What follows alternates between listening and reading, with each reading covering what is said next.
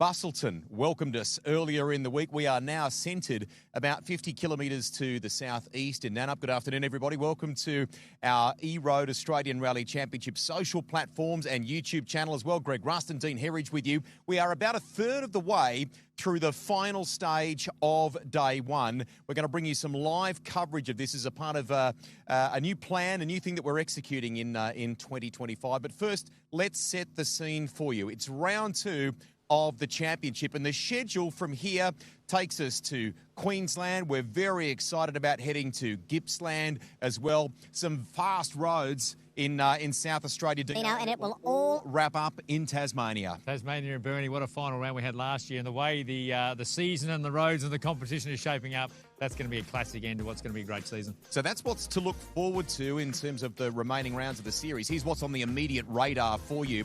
This is the event schedule. So we're at the final stage of Saturday. 100 Ks of competitive on the opening day and another 80 to come tomorrow. Some fast roads affected by some wet weather in the lead up, and we have got a heat on our hands, don't we? It's quite a battle. Have we indeed? And it does come down to this last 15 kilometres. I mean, I guess forget the other 85. We are down, as you say, Rusty, in the lead up to this, 3.5 seconds. Hayden Patton's in front of Scott Petter. So this stage does count. We're 5 kilometres in. This is fairly unique, and we're pretty excited about watching it come through. Where we are is to the northeast now of Nannup itself, about a 25-minute drive up near Bailing Up, for example. And this is the section of road we're going to show you something of a little bit of a roller coaster vibe or feel about it. This is directly over our shoulder, quite a tight right-hander. First car we're expecting on the road, of course, Lewis Bates and Anthony McLaughlin. Exactly. So obviously inherited the lead on the road after Harry had problems earlier in the day. A little drama in the service. They came out late. That means they're about 6th on the road. It means, in effect, as he comes into shot now, Lewis Bates first on the road. Not too much of a drama in these conditions, and they have been saying the road and the best condition they've seen is you can hear him coming towards us now, over our shoulder, into the hairpin. Let's take a look. Executes it beautifully. And the next car we're expecting not too far away, Scott Petter, who we caught up with at the midday service. What a terrific day for you, Scott. How are we going with everything? This is the second run across the stage now. Yep. How are you feeling? Are you going to go quicker for the end? Yeah, I think we can. I think, it was obviously quite a lot of loose gravel on that stage this morning. We had a good run. But I think we can all go faster over that stage. Obviously, you always go fast the second time through, so hopefully that's the case. Well, you're not far behind, so all my luck is with you. Thank you very much. Thank Appreciate you. it.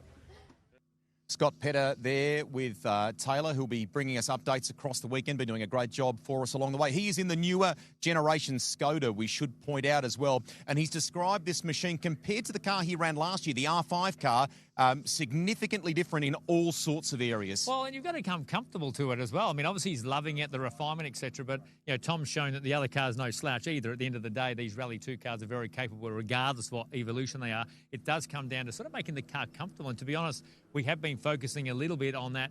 Try and make the car, when you're confident with it, you can attack more. You're not overthinking it, etc. I think Scott is starting to find his feet here today. So Scott with Glenn McNeil, very experienced co-driver who you know well. And coming into this point, it has been a tug of war between he and Hayden Patton for a moment. Scott had a slender lead, but the Kiwi has fought back. The first one out of service, he bounced back. He said, I was on the limit. It was 5 seconds up, put him in the lead only by about half a second.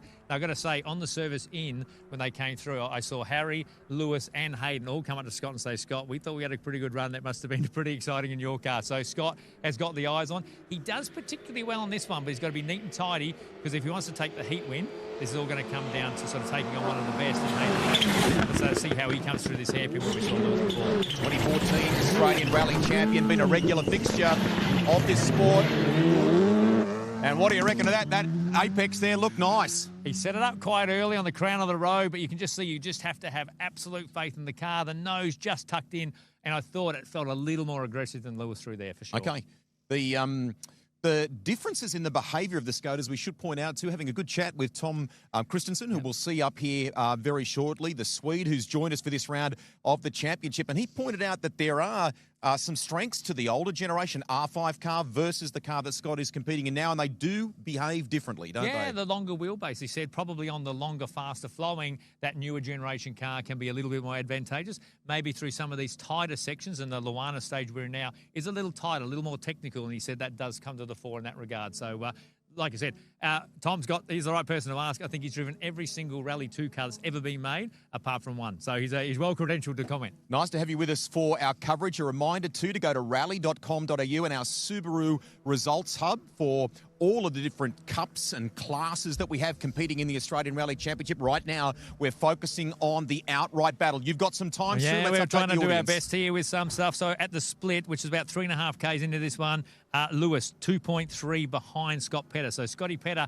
about 3/4 of a second a kilometre up on Lewis. That's not the big one. We need to know how Hayden's going, who's next coming up. Looking in the distance there, climbing the hill, is the 7-time New Zealand Rally champion. In recent years, successful on the European scene, the first non-European combination to win that crown. Partnered with John Kennard. Great to have Hayden Paddon as a part of this series. And he seemed a little despondent when we spoke to him at the end of stage 1 this morning, just trying to get the confidence because we've had rain overnight, finding where the grip was on the road, but he seems to be flying this afternoon. Yeah, definitely. They're all very confident. Let's have a looking through here.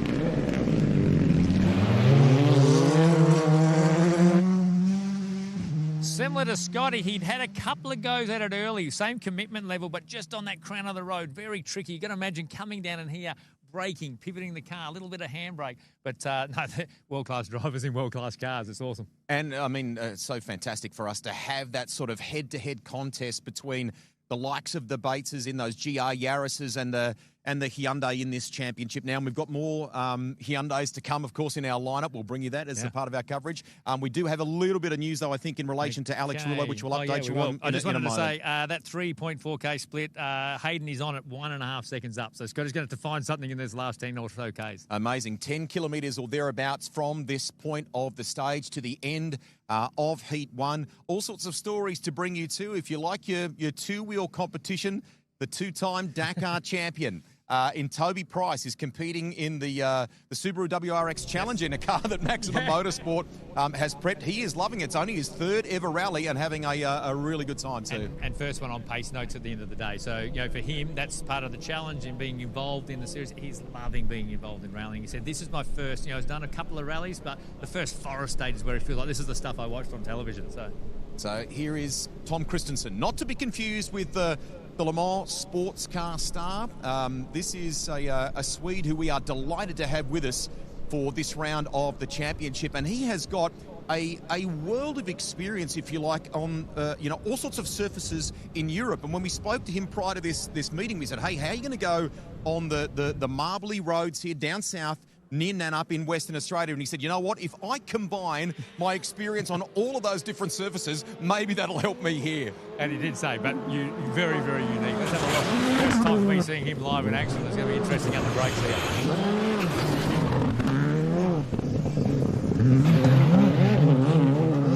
In the car that Scott Petter ran last year, that looks like it was nicely executed there. Yeah, he says to me that he turns in a lot early, and you could sort of see that he's probably the closest to the apex on the inside there. So basically, yeah, a very aggressive driver, particularly early in the corner. Same thing, had to have a couple of goes down the hill, but he's an exciting driver. He's already won a few fans already. So. Now, we were hoping to catch up with Alex Rouleau at this point of our coverage. We caught up with him at the midday service, but I want to bring you up to speed on some news that has just emerged in relation to him in the stage prior to this one. Yeah, we're expecting to come through now. We hear 5 kilometres or so, or 13 kilometres into that stage, he's had a drama. Impact was about 5G, which in rally terms is a little nasty. It's sort of probably a wheel off or something like that, potentially. They're both okay. But yeah, unfortunately, sort of sees him out of the fight. He was sitting sort of in 4th, just in front of Tom and a few others, even Harry Bates. So. He's been enjoying working, if you like, under the eave, the annex, the broader umbrella with Hayden Paddon this weekend, and changing subtly the way that he's had his car set up, even though he's got so much experience on these WA roads as a local. I think it's a smart ploy when you look at the Rouleau Motorsport, being able to bring someone like Hayden in, who's not only world-class, but drives these cars. So you've got someone to instantly compare to. If you're out there doing it yourself, so he came to service, you and I both spoke to him, he said, look, I've sort of basically bolted some of Hayden's stuff in, see how I can adapt to it.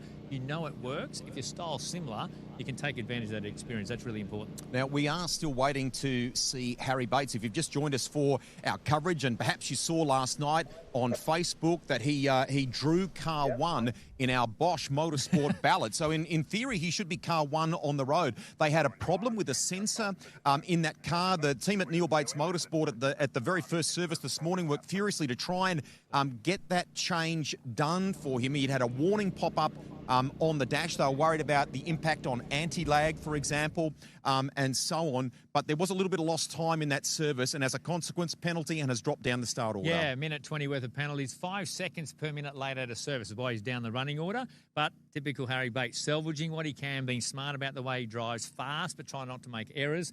And he's likely at this stage, all things being equal, to fight back to fifth. That's important when you're trying to build a championship, to go to make sure you bank points on a rough day. Reigning champion, 3-time Australian champion.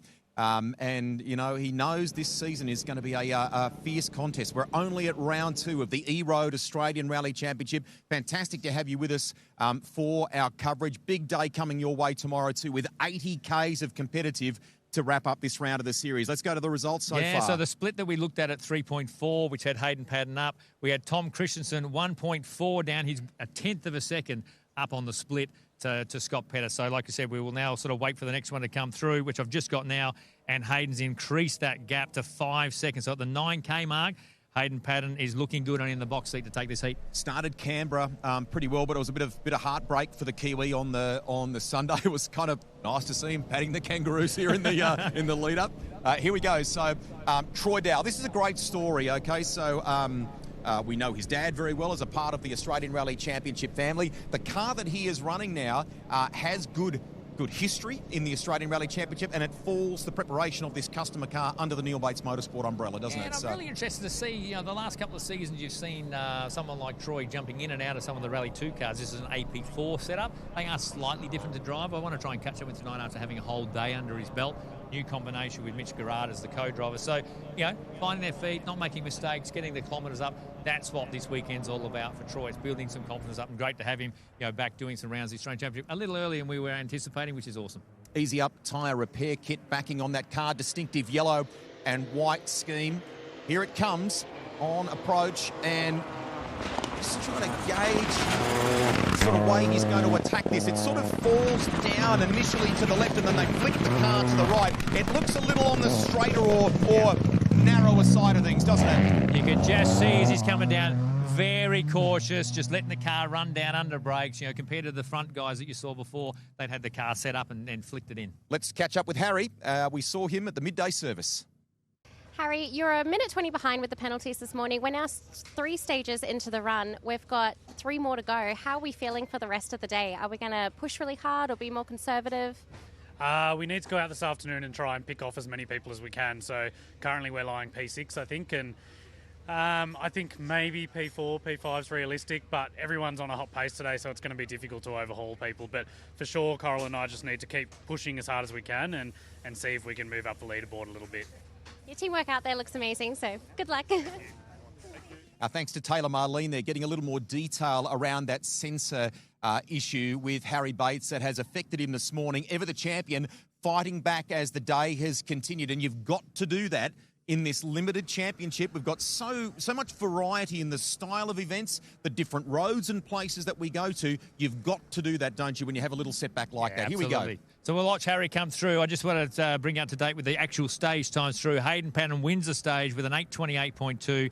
Beats Scott Petter by 8.8. He's going to be 10 seconds. He wins Heat 1 here at the Forest Rally. So we go at this point with about 10 kilometres, as Dean has detailed, beyond us here to try and understand what Harry and the very experienced Coral Taylor beside him, 6-time champion co-driver, has worked so successfully with Neil, and now these days with Harry, what they might be able to get back in the way of seconds, tenths, whatever on this final stage.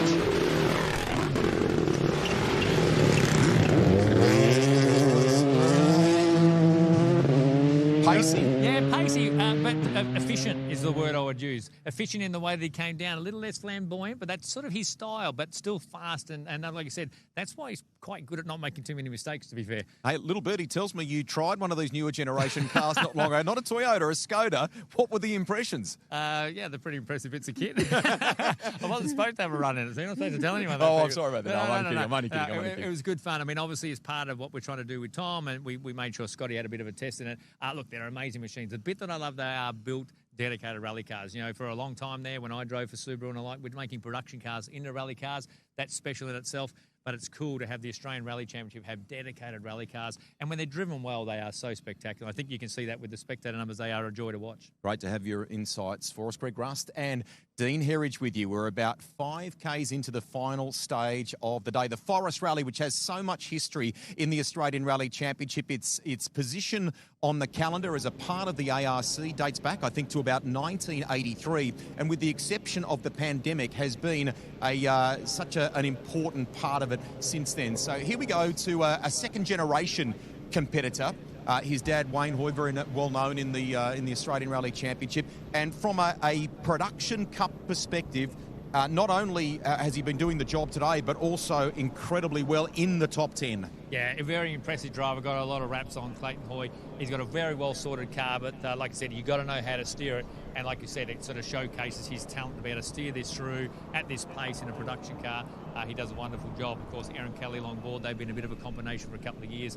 First time to Perth, first time on these roads. And like you said, when you've got some skill, it's sort of come the cream rises to the top. Exactly. Very experienced combination. Great that Aaron is alongside there. And it's a Lancer Evo, obviously. Oh, did you see the kangaroo come right in front of him? He's missed it. That'll get his attention before the hairpin.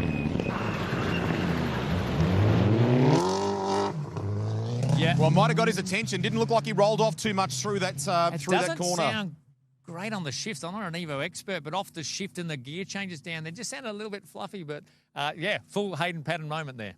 Multiple New South Wales and Queensland state champions. So we're going to just keep. Well, I want to update you there through. Tom Christensen's done a good job in the event. He's just going to miss out on the podium spot on a fight back by 3 seconds. So Lewis gets third. Tom Christensen will bank fourth. He was trying to go back for that podium spot. Very, very close. What? Just to recap that again, how close did they get in the end? No, within 3 seconds. Within 3 seconds. Yeah. So that's actually a great fight back by Christensen, who began the day, we should point out, by turning heads in the galvanised insurance Rally Central, our service park area, because this visitor, who we were so excited about joining the championship, came out on top at the end of the first stage. Well, we talk up the West Australian roads. He's never been here before. He's in the older spec car, and he's come through. One, he's been spectacular, but to set faster stage times in your first time here, he has never run on the MRF control tyre. Like I said, a clear talent. I mean, I think Scotty said that's impressive, and he has been. That is a great addition to the championship from that point of view. Now, ordinarily, we would be in just a collared like a polo shirt, maybe even shorts for this event. This is so uncharacteristic. We're rugged up here, and it is getting a little bit cooler. Some cloud cover is starting to edge closer, and we have kind of battled over the past few days that intermittent rain. Even today, in that service park, in our galvanised insurance Rally Central area, it was like a cell came over the top of us, dropped on us, but it did not affect one of the stages. Yeah, Harry came out to the stage and said, I don't think that rain got out there, which is crazy. It sort of dumped a fair bit of water on, and it was a bit of a disaster for people setting up service parks yesterday. Look, rain potentially tomorrow and maybe this evening, but it's sort of been like that the whole time. And particularly in the sun, it's quite nice, cool in the shade, and the evening's very chilly. I know my mate's a giant here. I should point out we are on the side of a hill here, so I'm on the slightly lower side too. But we are staying out of the way, but also wanting to get a good view of the cars as they come through. Now, we mentioned about the dramas for Alex Rouleau before. We turn our attention now to his dad, Peter, who's been successful in Targa-style competition, in tarmac competition, but is now a more regular feature and permanent feature, I guess you could say, of the E-Road Australian Rally Championship. We've got a very experienced co-driver with him too in Ben Searcy. Yeah, Ben Searcy doing a great job. I mean, they won round one of the West Australian Championship. I think it's something Peter's going to focus on. Alex won it last year. Alex sort of sitting out. Peter getting a few kilometres in the car before you get to the bigger events. And came into this stage sitting in 8th outright, just behind Troy Dowell and just in front of Craig Randa, who's in his AP4 car. So consistent run, about where we would expect Peter to be. Not aware of any particular dramas. I think I saw a little bit of bodywork hanging off at some point, which is not unusual in this circumstance. So, like I said, great competitor and similar to what we've heard before. wished he'd started a lot earlier. And that's why I think he really encouraged Alex to get involved. He said, son, you're going to come in and have a crack at this sort of motorsport. And we are, as we talk to you here, commentate here, we're getting a little sprinkle above us. So will this change the way the stage feels? It's only really light at the moment. As Rulo approaches, you can talk us through it. Quite something right with that. No, there's bodywork missing on that right front. Did he punch it on that? Yeah, something wrong with the left front. The left front. Well, there's bodywork gone, but no puncher, but clearly limping. The thing about these, like the shifts are he's short shifting, but he's very ginger. It's almost like a power steering type drama. The car doesn't like being in not 100% throttles, but he sort of spent a lot of time on the hairpin, to me, taking a bit of time, and then sort of short shifted up the box. So I don't know whether it's a drama with the engine that's making him not confident, or whether he's coming through and got a bit of a steering issue, but definitely slower and limping a little. Just trying to listen at the same time as we broadcast for you, because you can hear the cars on approach. So did it sound, as Peter left us, as though it improved a little bit on the exit of the corner? That's why I wonder, sometimes when you're in a stage mode, the cars like to be 100%, they're made to go fast. So when you slow down, the things limp and buck a little bit. So he was very ginger around the right-hander, which makes me wonder whether there's a steering related or a power steering issue, because he wanted to be very careful to make the hairpin. And as he took off, he short-shifted and made it through. All right, here's a combination that we want to spend a little moment on here. So as Dylan King approaches here on the run up the hill. And look, former state champion, very talented steerer. Been in a lot of cars over the time. Only had this particular machine for a couple of years. He sat 11th outright coming into the stage, which I think he's had a few issues. He particularly had a clutch drama coming into the weekend and the testing. So the team did an amazing job to get all that sorted before they started the promo. So I don't think the time in his outright position at the moment is reflective of his actual pace. Let's have a look how he goes through this section.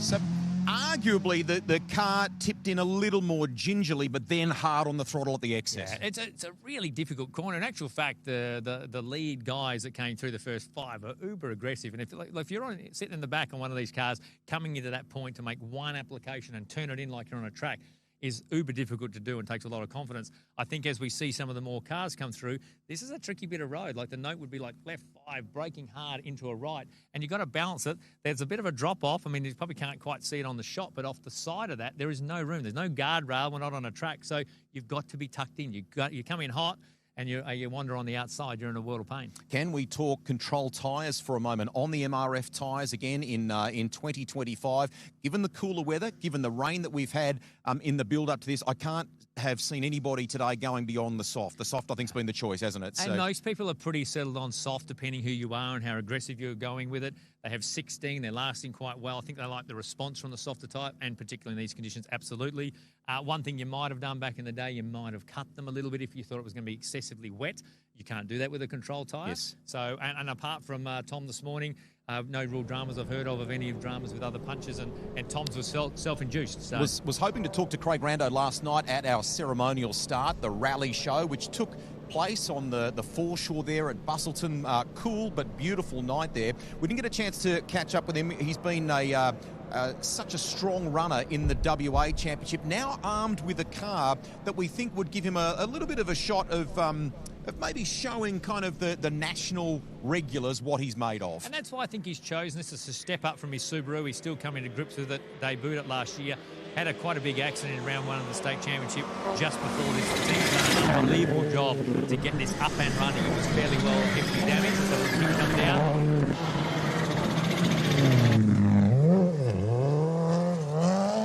So not super tight from an apex standpoint? No, he came in quite confident, so I think he just wanted to pull it up. He probably missed the apex slightly because he looked a little deeper under brakes, and one firm application looked good. Tucked it in, probably didn't be super aggressive on the turn-in. So from that point of view, good runner. He's doing a good job overall. And like I said, coming back from quite a big, nasty accident only sort of 4 odd weeks ago, doing a good job. Let's update some times for you. So from a Heat 1, a Day 1 perspective here at the Forest Rally, it looks like the Kiwi Hayden Paddon, from the numbers we have seen, providing there's no penalties posted afterwards or anything, doesn't look like it at the moment, has done it by 12.3 seconds from Scott Petter, and Lewis Bates finishing just in the top 3 from a fast-finishing Swede in Tom Christensen. Yeah, Harry's going to just miss out by about 20 seconds back from Tom, with both them having some dramas during the day. And from a stage time point of view on this particular stage, would you believe Harry Bates and Scott Petter 8.8 seconds behind Hayden Paddon? They tied on this final stage of the day after 15Ks. I find that fascinating about our sport, that you can fight, you don't see anybody, the cars are different, the style is different, yet they get to the end of 15 kilometres and they are within the same 10th on the number. Is amazing, and that bodes very well when we reset tomorrow and we go for Heat 2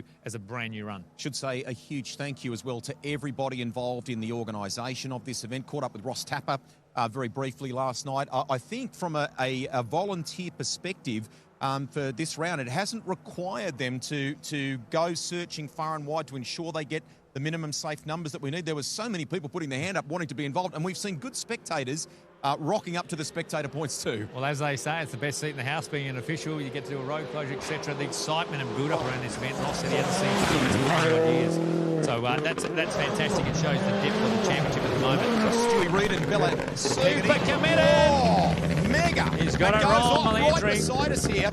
In the car is sort of nosed into a ditch. Now trying to grab. Now the problem will be if he's in second gear now, he's got to try and start it back up and now be able to grab reverse in a sequential box. He's got no wiggle room. So the aerial shot you're seeing there. He's going to get it out. Just need to give it a good run here.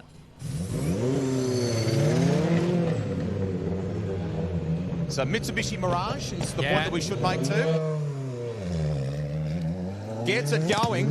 That's that got our attention there a moment ago. There is a little kind of ditch the way the road folds around us here. And as we talked about it a couple of cars ago now, as you approach, you are turning, if you like, to the left, the car, and then you flick it back to the right, don't you? And unfortunately, it's just gone in a little too hot. Which is what I was saying before. We take it for granted how good the front-running guys are. And look, Stewie's very experienced. He'll be a bit dark on himself there, but he came in super committed. I thought, here we go. He's got it turned in. He couldn't get it back. It was a little loose, and he knows the corner's coming back.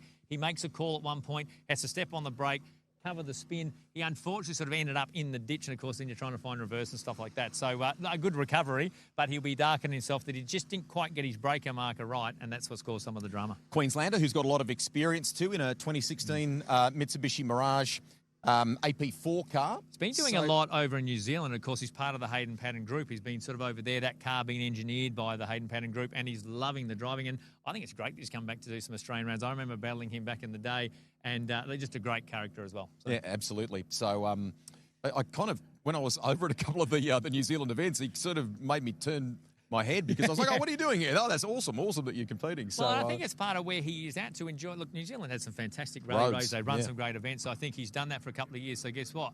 Now he's running through and doing some Australian Championship rounds. I think that's great. He sort of cut his teeth doing all that thing once he sort of finally arrived back in from England, etc. back in the day. A couple of WA locals on approach now in a 2008 Mitsubishi Lancer Evo. Thomas Lawton, who's been very much in the fight for the Production Cup side of things today. It's been very hard to beat Hoy, who's been in the top 10 outright, but he's been a feature there. And he's a talent. He's very good young steerer, doing well in the West Australian Rally Championship, and he's got pace. And in a production level, he's showing his worth in outright terms. So actually should give that a bit of a run through. I'm going to have a look at that on the stage before where he was sitting in outright terms, because he is once again showing his class. I just sort of search for him on the scorecard here. I can't actually see him unless he's at a drama, but yeah, good young talent and a good steerer. So just waiting for the next car to approach. And that might actually tell us a little bit of the story. We've had quite a gap here. So we'll follow that yarn for you. You can appreciate we're in the forest at the moment. Oh, this is Tim Hiles coming through now. So there might have been a problem with Lawton. So this is Tim Hiles, who had a drama on stage one. He's in the old spec legacy. Last US campaign, the Hatch. He's a very spectacular driver as well. Used a fair bit of the road on the entry. He missed the apex slightly. I was a bit worried he might go wide there at one point. But you don't often see, I mean, we tend to think now just off the Impreza, but to see that spec car and you're immediately transported back to the likes of a Colin McRae, maybe even the late great Possumborn as well, who you worked with. Well, correct, and they've got this iconic sound and a sort of bit of a cult following. So, like I said, Tim's a good young talent. He drove one of the XX Challenge cars last year in Adelaide. He won the production side of the West Australian Championship last year. So he's a good steerer. He's just sort of rebuilding his funds. He had a couple of incidents last year, but he's still coming back, doing ARC at the top level. And that car's quite well sorted. He had some little technical dramas early, but as you can see, it's a pretty lightweight spec for that era of car, and pretty spectacular steerer. To your point, fighting back though, caught up with him at the service this morning, and the incident in question, I'm not sure what he hit, but it in fact broke the rim. So you could sort of see the centre part of the rim was still intact, but the outer area where the tyre would ordinarily sit on it had broken away, and as a consequence, they lost minutes in that process of having to stop and change. Yeah, he dropped like 10 minutes in that particular stage, which obviously a bit of a disaster for them because he has showed pace in other stages. He's been in outright top 10 terms for what is an older spec car is a pretty good effort, to be fair. So I want to sort of just recap where we are overall. Obviously, range is an issue sometimes. So in an overall sense, the only people we've got to add to that is currently Clayton Hoy looks like he's 6th outright, Troy Dow 7th, and then Dylan King. But I think those could shuffle around depending how we see some of the other runners coming through. From a stage time perspective, obviously nothing really changed there. Dylan King will obviously expect Stuart Reid's time will be a little bit down by spending half a minute in the ditch, etc. But Clayton doing a great job to be 6th outright in that term. So let's see who's coming through now and ahead to us in this fairly spectacular section of road here at the Forest Rally. And this is Nick Box, actually rear-wheel drive Sylvia. Let's have a look how he tackles it. He's generally fairly specky too.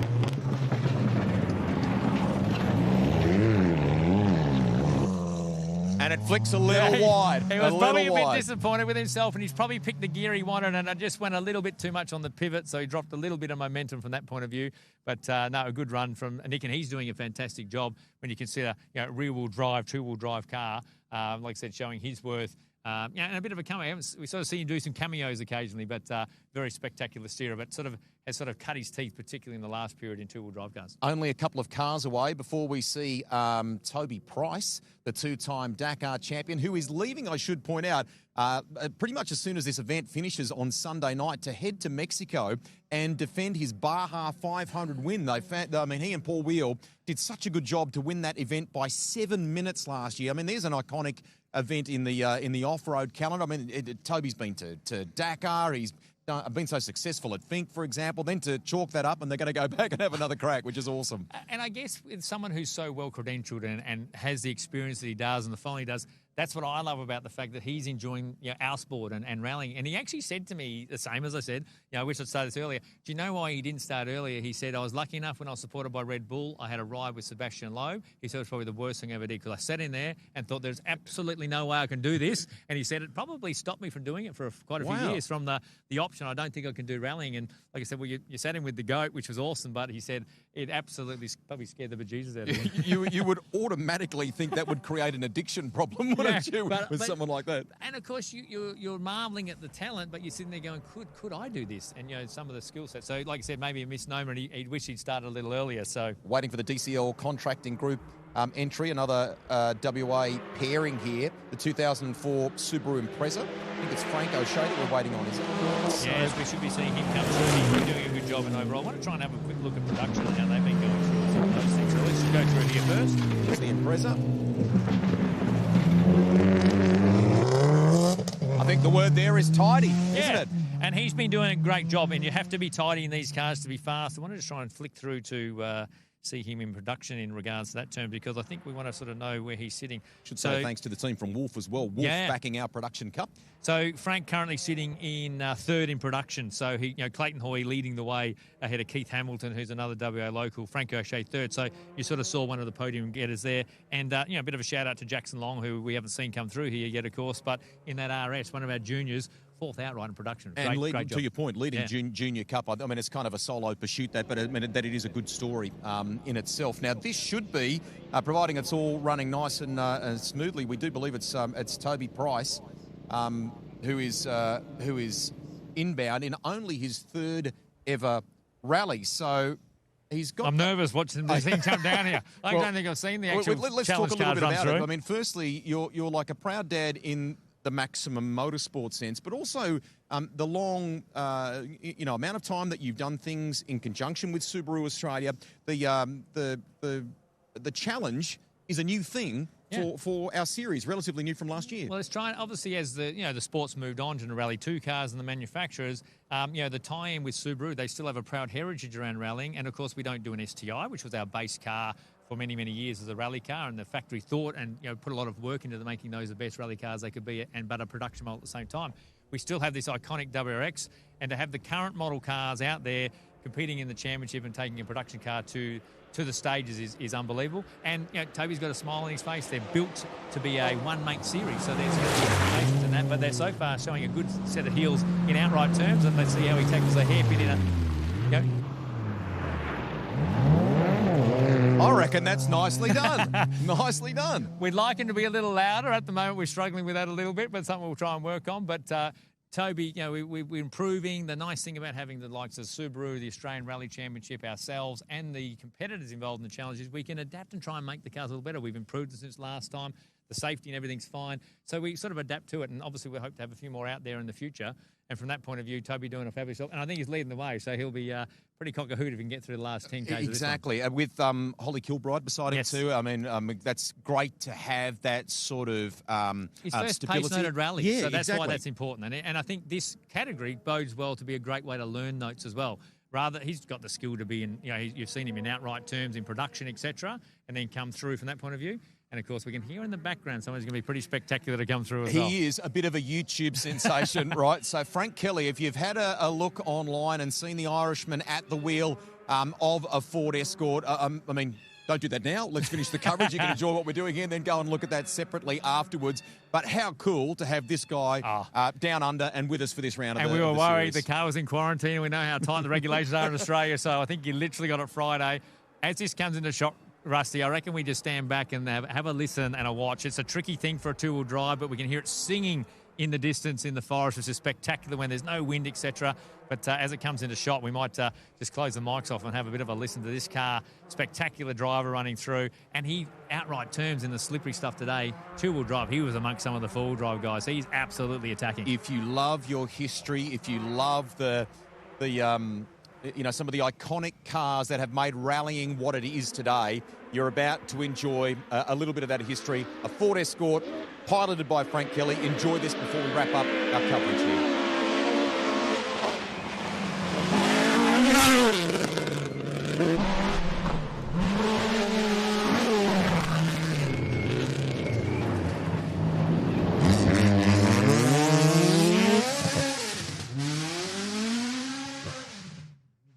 The sound evokes all sorts of memories for those of you watching that have been following rallying for many years. We hope you enjoyed that. That is going to wrap up for now our coverage of things here, our live stage coverage. We hope you've enjoyed it. We'll be back tomorrow to do it all again. Don't forget, of course, too, if you're following someone in the championship, you want to know what's happening as far as all the various cups are concerned and a day one wrap with those who've taken things out. Hayden Padden winning Heat 1 of the Forest Rally. We'll be doing that all for you across our E-Road Australian Rally Championship social platform. So keep an eye out for that. On behalf of Taylor, Dean, and all of our team, it's bye for now.